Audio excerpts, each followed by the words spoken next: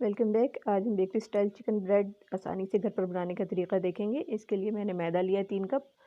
उसमें चीनी 1 टीस्पून डाल दी है, 1 टीस्पून सॉल्ट का शामिल कर दिया है। यीस्ट जो है वो एक साशे जो आता है 11 ग्राम वाला वो शामिल कर दिया है। चीज़ों को सबको मिक्स कर लेंगे। एक अंडा फेंट के शामिल कर दिया है। अब इसको हम अच्छे से मिक्स कर लेंगे, अंडे को दबा दबा के हाथ से इस तरह से। अब पानी को मैंने नीम गर्म कर लिया है और उससे मैं ये डो तैयार करूँगी। थोड़ा थोड़ा करके पानी ऐड करती जाऊँगी और इसको डो को गूँथती जाऊँगी। एकदम से पानी शामिल नहीं करना, थोड़ा थोड़ा करके डालेंगे। 3 टेबलस्पून ऑयल के शामिल कर लेंगे आखिर में,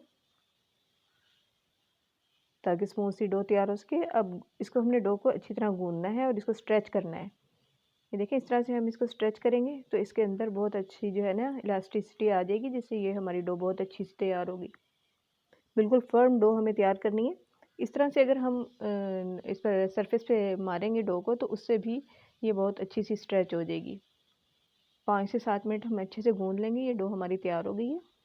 अब बाउल को मैंने ग्रीस कर लिया ऑयल से और डो के ऊपर भी ऑयल लगा दूंगी और इसको ढक के किसी नीम गर्म जगह पे, ऐसी जगह पे रख देंगे जहाँ ये राइज़ हो सके।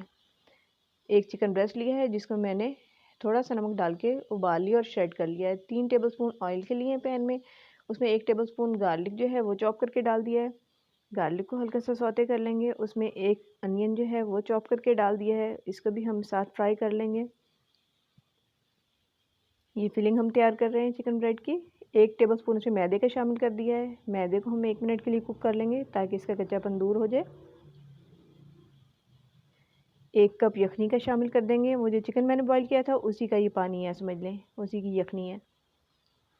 यखनी शामिल कर दिए 1 कप। नमक इसमें 1 टीस्पून शामिल कर देंगे।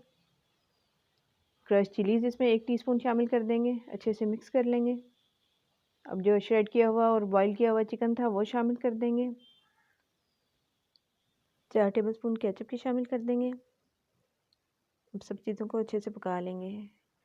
साथ साथ इसके जो बड़े रेशे हैं उसको भी हम ब्रेक करते जाएंगे।